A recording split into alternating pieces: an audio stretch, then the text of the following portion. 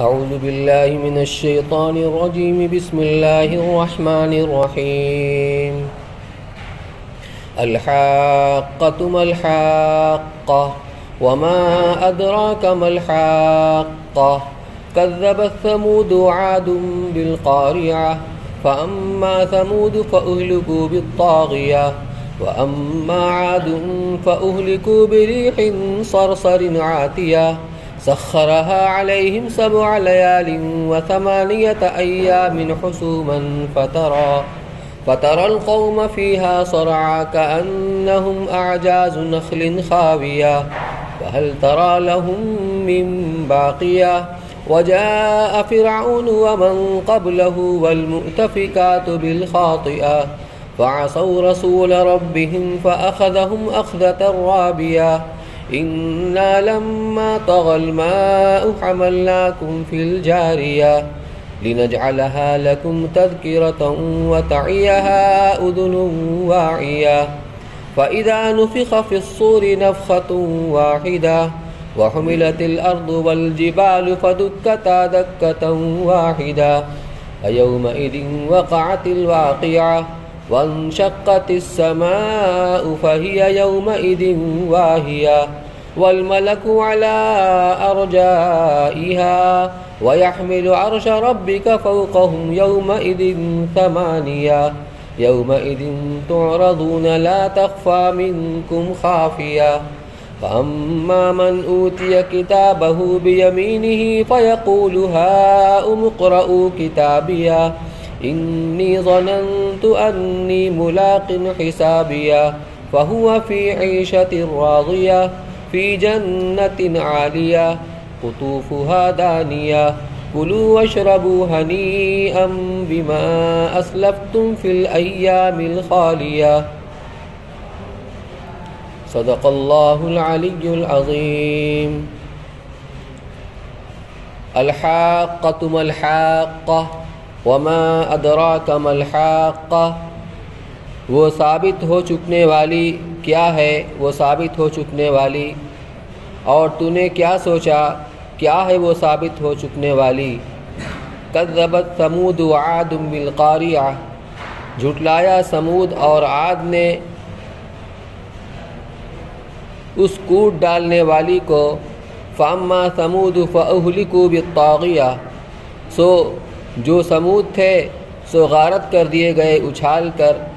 وَأَمَّا عَادٌ فَأُهْلِكُوا بِرِيحٍ صَرْصَرٍ عَاتِيَةٍ، اور وہ جو عاد تھے سو برباد ہوئے ٹھنڈی سناٹے کی ہوا سے نکل جائے ہاتھوں سے. سَخَّرَهَا عَلَيْهِمْ 7 لَيَالٍ و8 أَيَّامٍ حُسُومًا، مقرر کر دیا اس کو ان پر 7 رات اور 8 دن تک لگاتار. فَتَرَى الْقَوْمَ فِيهَا صَرْعَى كَأَنَّهُمْ أَعْجَازُ نَخْلٍ خَاوِيَةٍ، پھر تو دیکھے کہ وہ لوگ اس میں پچھڑ گئے گویا وہ ڈھونڈ ہیں کھجور کے کھوکھلے. فَهَلْ تَرَى لَهُم مِّن بَاقِيَةٍ، پھر تو دیکھتا ہے کوئی ان میں کا بچا. وَجَاءَ فِرْعَوْنُ وَمَنْ قَبْلَهُ وَالْمُؤْتَفِكَاتُ بِالْخَاطِئَةِ، اور آیا فرعون اور جو اس سے پہلے تھے اور الٹ جانے والی بستیاں خطائیں کرتے ہوئے. فعصوا رسول ربهم فأخذهم أخذة رابية، پھر حکم نہ مانا اپنے رب کے رسولوں کا، پھر پکڑا ان کو پکڑنا سخت. انا لما طغى الماء حملناكم في الجارية، ہم نے جس وقت پانی ابلا لاد لیا تم کو چلتی کشتی میں. لنجعلها لكم تذكرة وتعيها أذن واعية، تاکہ رکھیں اس کو تمہاری یادگاری کے واسطے اور سینت کر رکھے اس کو کان سینت کر رکھنے والے. فَإِذَا نُفِخَ فِي الصُّورِ نَفْخَةٌ وَاحِدَةٌ، پھر جب پھونکا جائے سور میں ایک بار پھونکنا. وَحُمِلَتِ الْأَرْضُ وَالْجِبَالُ فَدُكَّتَا دَكَّةً وَاحِدَةً، اور اٹھائی جائے زمین اور پہاڑ پھر کوٹ دیے جائیں ایک بار. فَيَوْمَئِذٍ وَقَعَتِ الْوَاقِعَةُ، پھر اس دن ہو پڑنے والی. وَانشَقَّتِ السَّمَاءُ فَهِيَ يَوْمَئِذٍ وَاهِيَةٌ، اور پھٹ جائے آسمان پھر وہ اس دن بکھر رہا ہے. والملک علی ارجائها، اور فرشتے ہوں گے اس کے کناروں پر. وَيَحْمِلُ عَرْشَ رَبِّكَ فَوْقَهُمْ يَوْمَئِذٍ ثَمَانِيَةٌ اور اٹھائیں گے تخت تیرے رب کا اپنے اوپر اس دن 8 شخص. يَوْمَئِذٍ تُعْرَضُونَ لَا تَخْفَى مِنْكُمْ خَافِيَةٌ اس دن سامنے کیے جاؤ گے چھپی نہ رہے گی تمہاری کوئی چھپی بات. فَأَمَّا مَنْ أُوتِيَ كِتَابَهُ بِيَمِينِهِ سو جس کو ملا اس کا لکھا دائنے ہاتھ میں. فَيَقُولُ هَاؤُمُ اقْرَءُوا كِتَابِيَهْ وہ کہتا ہے لیجیو پڑھیو میرا لکھا. انی ظننت انی ملاق حسابیہ میں نے خیال رکھا اس بات کا کہ مجھ کو ملے گا میرا حساب. فہو فی عیشت راضیہ سو وہ ہیں من مانتے گزران میں اونچے باغ میں. قطوفها دانیہ جس کے میوے جھکے پڑے ہیں. کلوا واشربوا ہنیئا بما اسلفتم فی الایام الخالیہ کھاؤ اور پیو رش کر بدلہ اس کا بدلہ جو آگے بھیج چکے تم پہلے دنوں میں. یہ سورہ الحاقہ ہے. سورتوں کا نام کسی نہ کسی مناسبت سے رکھا جاتا ہے اور یہ توقیفی ہے اللہ کی طرف سے ہے. حقہ یا حقوق کے معنی آتے ہیں ثابت ہونے کے. حق الامر کوئی معاملہ کوئی بات ثابت ہو چکی واقع ہو چکی اور ثابت کرنے کے معنی میں بھی آتا ہے. اس کا مطلب کہ قیامت کے دن یہ قیامت قائم ہونے کے بعد مومنین کے لیے جنت اور اس کی نعمتوں کو واجب کرنے والی ہے ثابت کرنے والی ہے اور کفار مشرکین کے لیے جہنم کو ثابت اور واجب کرنے والی ہے. قرآن پاک کے اندر قیامت کے مختلف نام ذکر کیے گئے ہیں.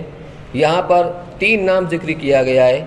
ایک تو الحاقہ اور ایک القاریہ ہڑخڑا دینے والی اور ایک الواقعہ پیش آنے والی. تینوں سے مراد قیامت ہے. اس صورت میں بھی اور اس کے بعد جتنی صورتیں آ رہی ہیں اکثر و بیشتر صورتوں کے اندر قیامت کے اندر پیش آنے والے ہولناک واقعات کا ذکر کیا گیا ہے. اس سے پہلے جو سورہ نون جو مکمل ہوئی ہے اس میں اس بات رسالت اور کفار کی بعض سزاؤں کا ذکر تھا. اس صورت کے اندر ایمان والوں کے لیے جزا اور کفار مشرکین کے لیے سزاؤں کا ذکر ہے اور قیامت کی بعض ہولناکیوں کا ذکر ہے. یہ سورہ الحاقہ ہے جو مکہ میں نازل ہوئی. اس میں 52 آیتیں ہیں اور 2 رکوع ہیں. الحاقہ ملحاقہ یہ قرآن نے جو انداز اختیار کیا ہے استفہام کا کہ سب سے پہلے تو ایک مبہم انداز میں کہ پیش آنے والی ثابت ہونے والی وہ کیا ہے ثابت ہونے والی اس کو مبہم رکھا گیا. جب کسی چیز کو واضح نہیں کیا جاتا مبہم رکھا جاتا ہے تو 2 مقصد ہوتا ہے. ایک تو اس کی عظمت شان کو بیان کرنا اس کی شان کیسی عظیم ہے اور کبھی مقصد اس کی حقارت کو بیان کرنا ہوتا ہے.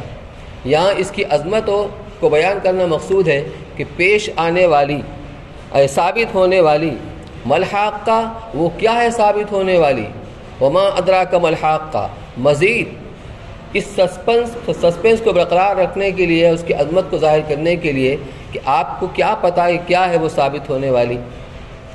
تو اس انداز سے اس قیامت کی ہولناکی کو بیان کرنا ہے. بڑی خطرناک بڑی ہولناک ہوگی وہ منظر ہوا قیامت کا. کذبت ثمود وعاد بالقاریہ تو مراد اس سے قیامت ہے. فرمایا کہ ثمود نے اور عاد نے قاریہ کو جھٹلا دیا. یہاں قاریہ بھی قیامت کے لیے استعمال ہوا ہے. اس کے لغوی معنی آتے ہیں کھڑکھڑا دینے والی. جیسے ہم کہتے ہیں تکڑ پکڑ کر دینا. جب قیامت قائم ہوگی تو زمین اور آسمان چاند سورج ستارے یہ سب ٹوٹ پھوٹ کر گر پڑیں گے.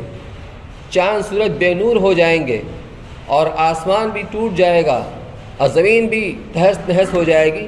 تو گویا کہ سب کو تکڑ پکڑ کر دے گی کھڑکھڑا دینے والی. تو ثمود نے اور عاد نے قیامت کا جو کھڑکھڑا دینے والی ہے اس کا انکار کیا اس کو جھٹلا دیا.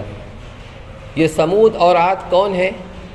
یہ نوح علیہ السلام کے زمانے میں کے بعد یہ پیدا ہونے والی قوم ہے. یہ اصل میں ارم، نوح علیہ السلام کے ایک بیٹے کا نام تھا سام. 4 بیٹے تھے، ایک بیٹا تو طوفان میں غرق ہو گیا، کشتی میں سوار نہیں ہوا، کنعان. باقی 3 بیٹے کشتی میں سوار ہوئے، اور پھر یہ کشتی جب زمین کے اوپر وہ رکی ہے اور آسمان سے پانی برسنا بند ہوا، زمین سے پانی ابلنا بند ہوا، اس کے بعد جو 80 لوگ وہاں پر تھے، مرد اور عورت ملا کر کے، ماں نوح علیہ السلام کے، تو یہ نوح علیہ السلام کی اولاد کے علاوہ لوگ کچھ دنوں کے اندر وہ سب کی سب وفات پا گئے. اب دنیا میں نسل چلی ہے انہی تینوں سے چلی ہے، حام سام یافس، حام سام یافس سے. اسی لیے نوح علیہ السلام کو ابو البشر ثانی بھی کہا جاتا ہے. جس طرح آدم علیہ السلام سے نسل انسانی چلی ہے، تو گویا کہ دوسری نشت ثانیہ ہوئی ہے حضرت نوح علیہ السلام سے ہوئی ہے. تو انہی کی اولاد میں ساری دنیا کے انسان ہیں. تو سام کا بیٹا تھا ارم، اور ارم کا بیٹا تھا آس، اور آس کا بیٹا تھا عاد. یہ جد اعلیٰ ہے، جد امجد ہیں یہ قوم عاد کے.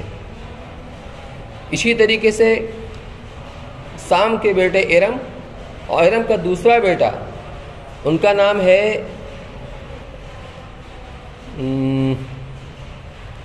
ایک عابر نام ہے، عابر، اور ان کے بیٹا کا نام ہے سمود. تو گویا عاد اور سمود کے دادا ہوئے ارم، اور ارم پوتا ہوئے نوح علیہ السلام کے. تو عاد سے جو نسل چلی اسے قوم عاد کہا جاتا ہے، جس کے اندر ہود علیہ السلام مبعوث ہوئے. اور قوم سمود یہ دوسرے نسل ہے اور شاخ ہے اس کی ارم کی، جو عابر اور اس کے بعد سمود اس سے چلی ہے، ان کو قوم سمود کہا جاتا ہے. تو قوم سمود کے اندر پیغمبر مبعوث ہوئے حضرت صالح علیہ السلام، یہ مبعوث ہوئے. تو ان کے اوپر جو اللہ کا عذاب آیا جب انہوں نے اپنے نبی کو جھٹلایا، ان کی بات کو نہیں مانا، اور اللہ کا عذاب آیا، تو مختلف مقامات پر اس کا ذکر ہے. یہاں بھی اس کا ذکر کیا گیا ہے. تو سمود نے اور عاد نے قیامت کو جھٹلا دیا. فَأَمَّا سَمُودُ فَأُهْلِكُوا بِالطَّاغِيَةِ، جہاں تک سمود کا تعلق ہے تو ان کو ہلاک کر دیا گیا طاغیہ سے. طاغیہ یہ حد سے نکلنے والی، یعنی ایک آواز تھی، ایک آواز، ایک چنگھاڑ جو کسی فرشتے غالباً حضرت جبریل علیہ السلام کے ذریعے سے اس چنگھاڑ کو، اس آواز کو نکالا گیا.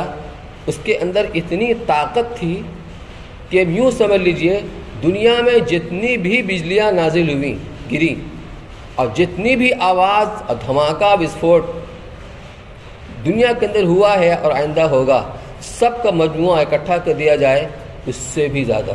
طاغیہ، طغیان سرکشی کے معنی میں آتا ہے. کسی گھوڑے کو، جانور کو، سواری کو جب روکا جاتا ہے اور وہ بے تحاشا آگے بھاگتا رہتا ہے تو اس کا سنبھالنا مشکل ہو جاتا ہے. یہ ہے. تو ایک تو اس سے مراد ہے وہ سخت چنگھاڑ، وہ آواز جو حد سے نکل رہی تھی، ناقابل برداشت. ان کے دل پھٹ گئے، اس کو برداشت نہیں کر سکے. اور دوسرے ان کے اوپر زلزلہ مسلط ہوا. ممکن ہے کہ دونوں عذاب بھیجا گیا ہو، ایک تو آواز و چنگھاڑ، دوسرے زلزلہ، اور اس نے ان کو تہس نہس کر دیا گیا، برباد کر دیا گیا. تو جہاں تک سمود کا تعلق ہے تو ان کو ہلاک کیا گیا سخت قسم کے، یہاں تو ترجمہ کیا اچھال کر، اور تھانوی رحمۃ اللہ نے ترجمہ کیا ہے کہ زور کی آواز سے ہلاک کر دیے گئے، وہی جو میں نے ابھی آپ کو بتایا. وَأَمَّا عَادٌ فَأُهْلِكُوا بِرِيحٍ صَرْصَرٍ عَاتِيَةٍ، ریح کہتے ہیں ہوا کو، اور سرسر کہتے ہیں جو ہوا انتہائی سرد ہو، ٹھنڈی ہو، اور عاتیہ اس کے معنی بھی حد سے نکلنے والی انتہائی تیز تند ہوا، اس کو طوفان کہہ سکتے ہیں، آندھی و طوفان.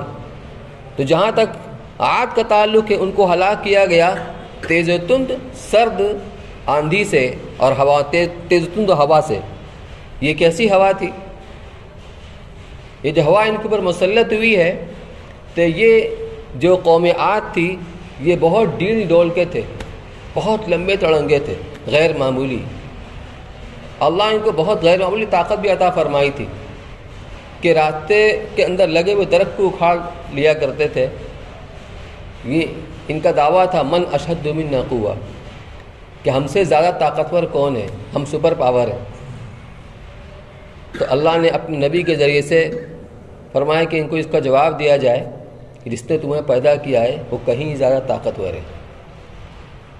قرآن نشہ کھینچا ہے، جو ہوا ان کے اوپر مسلط کی گئی، جو آندھی چلی اور سخت سردی کا زمانہ تھا اور ٹھنڈی ہوا تھی، بدھ کے روز صبح سے آندھی چلنا شروع ہوئی اور اگلی بدھ کو شام میں ختم ہوئی۔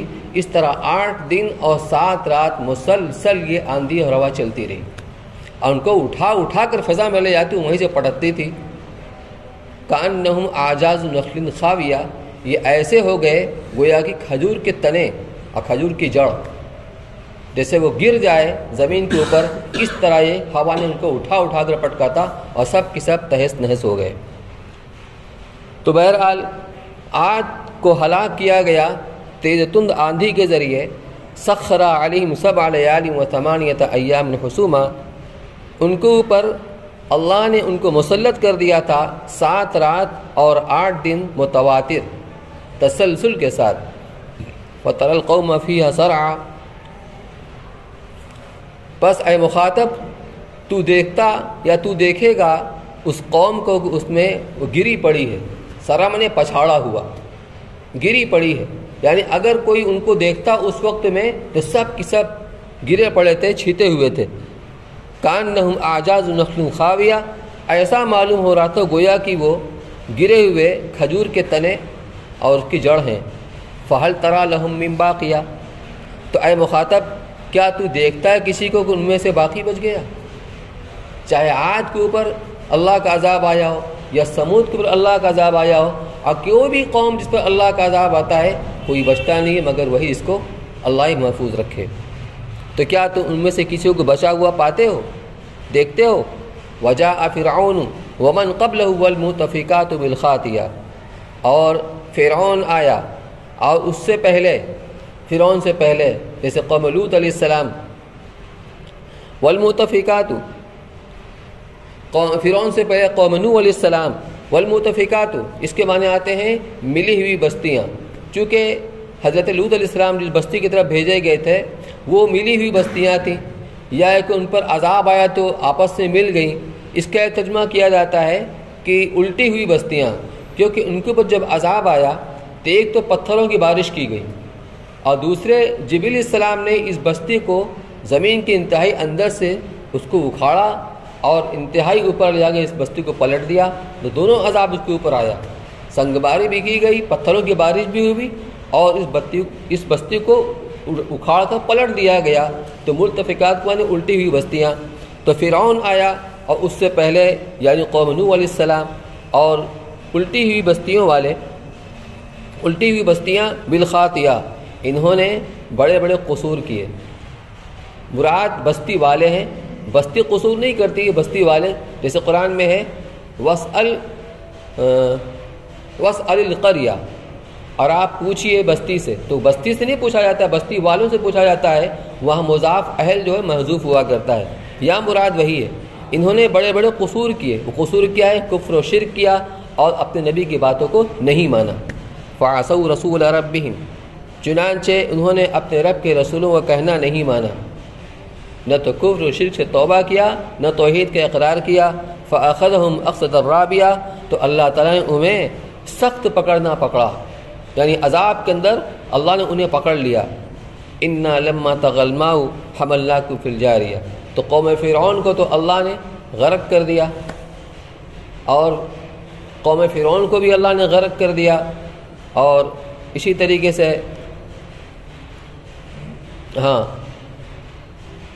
بالخاطیہ فَعَصَوْا رَسُولَ رَبِّهِمْ فَأَخَذَهُمْ أَخْذَةً رَابِيَةً، تو ان سب لوگوں نے، ان ساری قوموں نے اپنے رب کے رسولوں کی نافرمانی کی، ان کا کہا نہیں مانا، بس اللہ نے انہیں پکڑ لیا سخت پکڑنا۔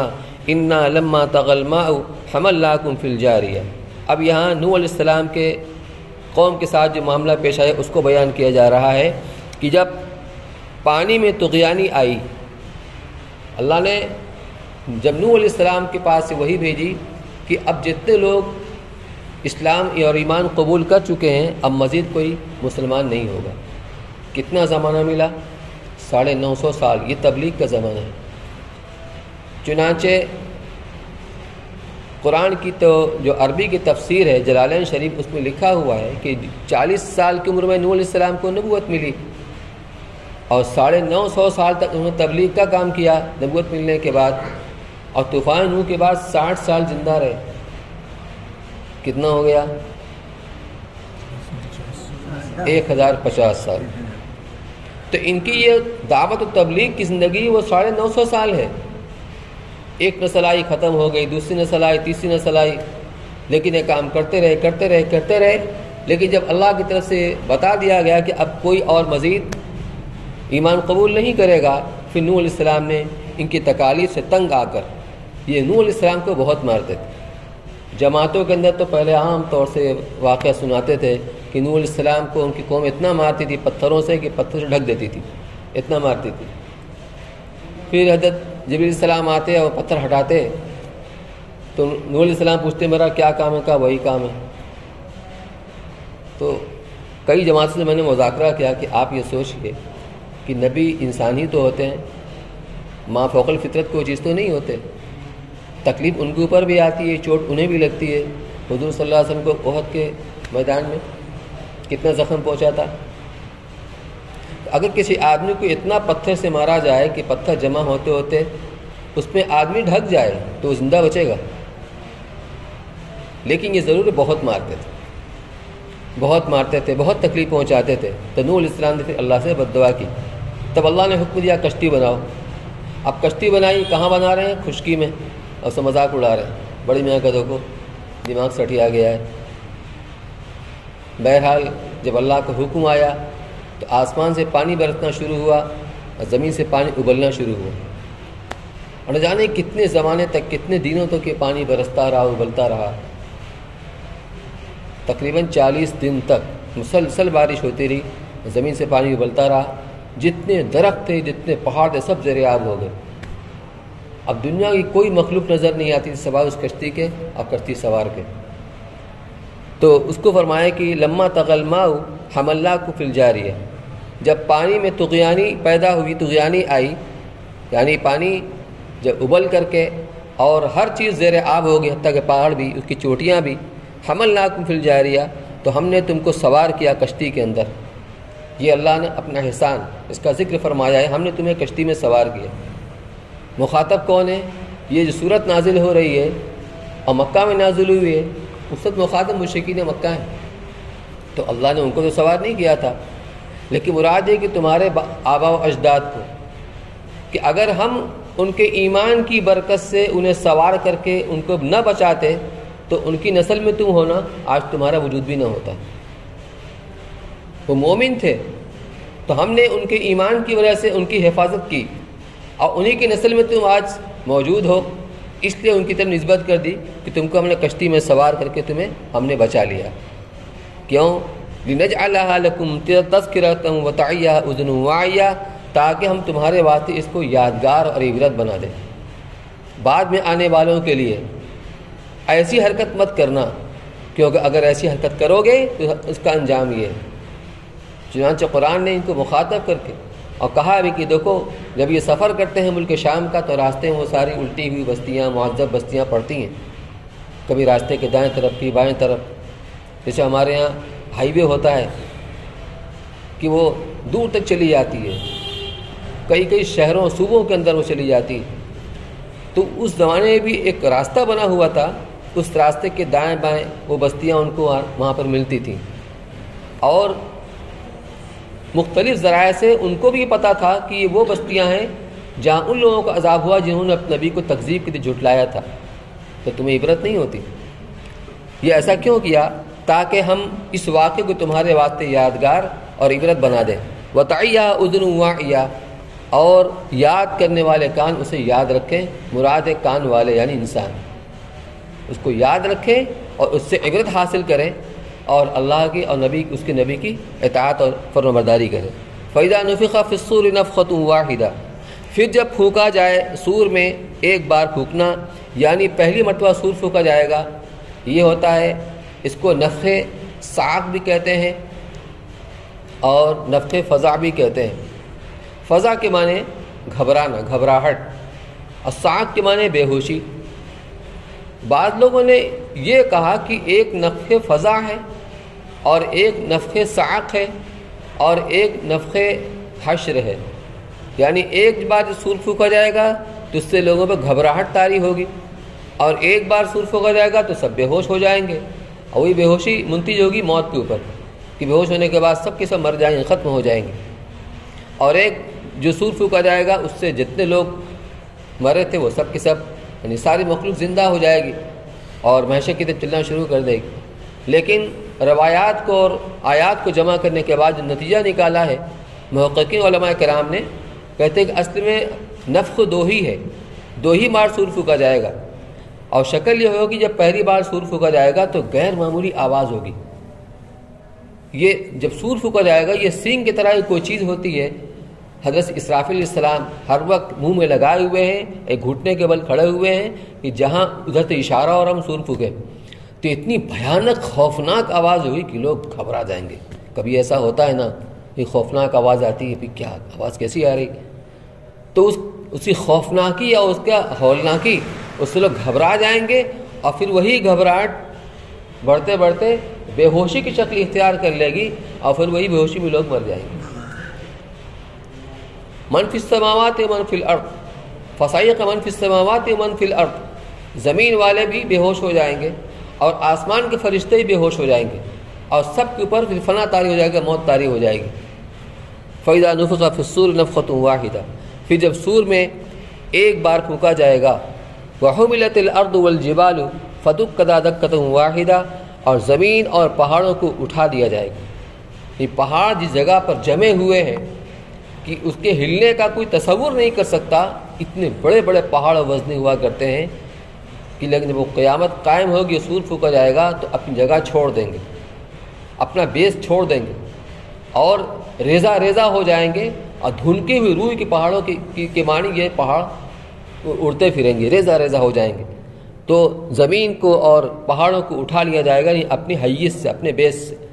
فَدُكَّتَا دَكَّةً وَاحِدَةً، پھر ان کو کوٹ دیا جائے گا، ریزہ ریزہ کر دیا جائے گا۔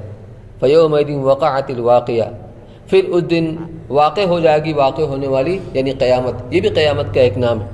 وَانشَقَّتِ السَّمَاءُ فَهِيَ يَوْمَئِذٍ وَاهِيَةٌ، اور آسمان پھٹ پڑے گا اور پھر وہ اس دن بہت بودا اور کمزور ہو رہا ہوگا۔ آج آسمان اتنا مضبوط ہے، نہ کہیں کوئی پھٹن، نہ کہیں کوئی شگاف، نہ کہیں کوئی دراڑ، نہ کوئی ٹیڑھ میڑ، نہ کوئی کمزوری۔ اس 29ویں پارے کی جو پہلی صورت ہے سورۃ تبارک الذی، اس میں اللہ نے فرمایا ہے هل ترى من فطور ثم ارجع البصر كرتين ينقلب اليك البصر خاسئا وهو حسير، کہ آسمان کو دیکھو، بار بار دیکھو اور غور سے دیکھو، کہیں کوئی شگاف، کوئی پھٹن، کوئی ٹیڑھ میڑ کچھ نظر آتا ہے؟ نگاہ درماندہ ہو کر لوٹ آئی، کچھ نظر نہیں آئے گا، اتنا مضبوط ہے، جب سے بنا تب سے وہ کھڑا ہوا ہے۔ لیکن جب تک اللہ چاہیں گے تب تک، جب وہ سور پھونکا جائے گا تو آسمان بھی بیچ سے پھٹنا شروع ہوگا، اور جو آسمان کے فرشتے ہیں وہ آسمان کے کناروں پر آ جائیں گے۔ کو فرمایا کہ وَانشَقَّتِ السَّمَاءُ فَهِيَ يَوْمَئِذٍ وَاهِيَةٌ، اور آسمان پھٹ پڑے گا، بیچ سے پھٹ کر سمٹنا شروع ہو جائے کنارے کی طرف۔ پھر وہ اس دن بہت بودا یعنی کمزور ہو رہا ہوگا۔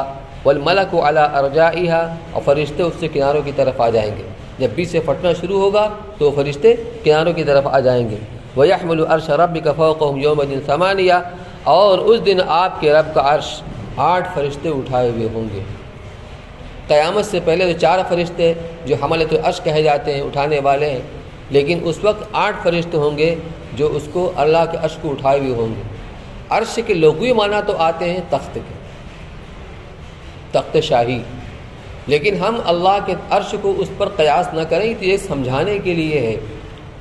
آدمی کو جب کوئی بات کو سمجھایا جاتا ہے، کوئی ایسی مثال دی جاتی ہے جو اس کو مشاہدے کے اندر ہوتی ہے، تجربے کے اندر ہوتی ہے، تب اس کو بات سمجھ میں آئے گی۔ لیکن اللہ کا تخت کیسا ہوگا؟ اہل سنت والجماعت کے علماء کا اس پر اتفاق ہے کہ ہم قرآن کے اندر جو باتیں اجمالی طور سے فرمائی گئی اس پر ہمارا ایمان ہے۔ اللہ کا عرش ہے تو ہمارا اس کے اوپر ایمان ہے، اللہ کا عرش ہے، کیسا ہے ہم نہیں جانتے۔ کما علق بشانی، جیسا اللہ کی جناب کے شاعن شان، کیونکہ اللہ تعالیٰ جسمانیات سے وراء الورا، اس کا کوئی جسم نہیں، لیکن اس کا عرش آج 8 فرشتے اٹھائے ہوئے ہوں گے۔ اور کیسے فرشتے ہوں گے؟ تفسیر مظہری کے اندر لکھا ہوا ہے کہ اس فرشتے کا مونڈے سے لے کر کاندھے تک کا فاصلہ 500 سال کی مسافت ہے۔ بہرحال تفصیل میں نہیں جانا ہے۔ اس دن 8 فرشتے اللہ کے عرش کو اٹھائے ہوئے ہوں گے۔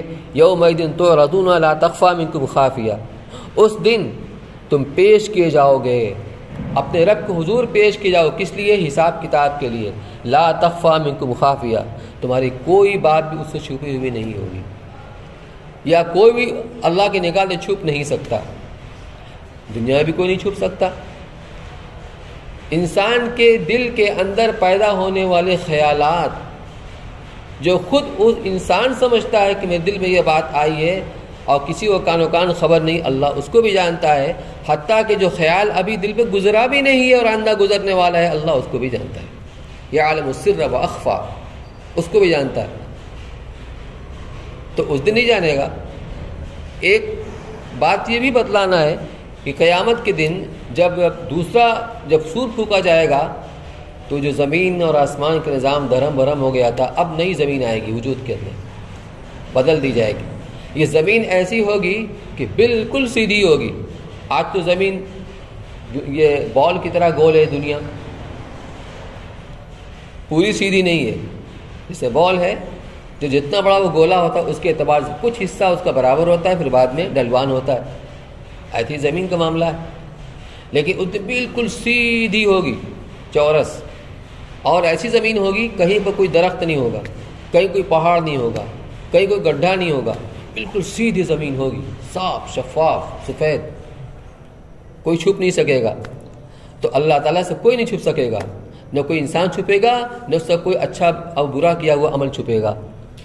فَأَمَّا مَنْ أُوتِيَ كِتَابَهُ بِيَمِينِهِ، تو اس وقت دو ہی قسم کے لوگ ہوں گے میدان حشر کے اندر، ایک وہ جن کو نام اعمال دائیں ہاتھ میں دیا جائے گا، ایک وہ جن کو نام اعمال بائیں ہاتھ میں دیا جائے گا۔ دائیں ہاتھ والے خوش نصیب ہوں گے، یہ سرٹیفکیٹ ہوگی اس بات کی کہ یہ لوگ جنتی ہیں، جنت میں جانے والے۔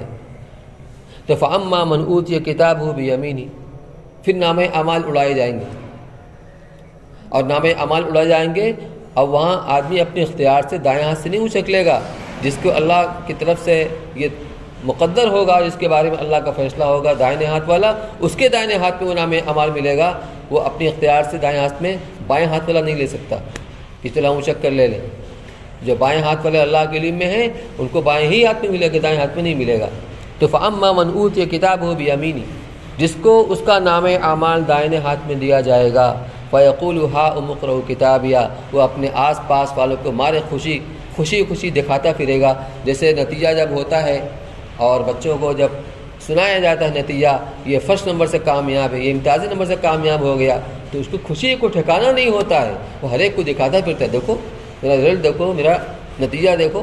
اس طرح سے وہ جب گویا کہ نام اعمال دائیں ہاتھ میں مل گیا، یہ سرٹیفکیٹ ہوگی اس کے کامیاب ہونے کی، تو وہ اپنے آس پاس والوں کو دکھاتا پھرے گا، وہ کہے گا ہاؤم اقرؤوا کتابیہ، ارے دیکھو دیکھو میرا نام اعمال پڑھو، میرا نام اعمال پڑھو۔